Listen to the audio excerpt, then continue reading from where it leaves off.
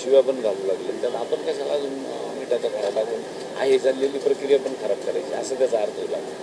नाही, विजय वडंटीवारला बी पाडेन, सगळे काँग्रेसचे सीटं बी पाडायला लावून मराठ्याला. नाही, ते आता चिडाचिडी होता कामा नाही. त्यासाठी आपल्याला काय करता येईल ते बघा. एकदा तुम्ही कधीतरी विजिट करून मराठा आरक्षणाच्या आणि मराठा जातीच्या विरोधात बोलायचं नाही, सगळे सीटं पाडून टाकेल मी विधानसभेला काँग्रेसची. त्यांची पहिल्यापासून भूमिका राहिलेली आहे. आता आपण तर बोलत नाही, म्हणजे आम्ही आमच्याकडून ते इथं काही लोकल कोणी होत नाही, पण ते बाहेर तुमचं विदर्भ किंवा कोणीतरी ओबीसीचं नेता घेऊन उठून सुरू करून देतो. व्यक्तिगत घेऊन नाही, एवढंच त्यांचं स्वतःच म्हणणं आहे. समाज आणि मुद्दा आरक्षणाचा असं देणं घेणं तर सरकारला आहे. आम्ही विरोधातच आम्हाला देता येत, तुम्हाला देता येत नाही. किमान आपण त्याच्यावर टार्गेट करून बोलण्यासारखं झालं नाही पाहिजे असं त्यांचं म्हणणं आहे. होऊ लागलो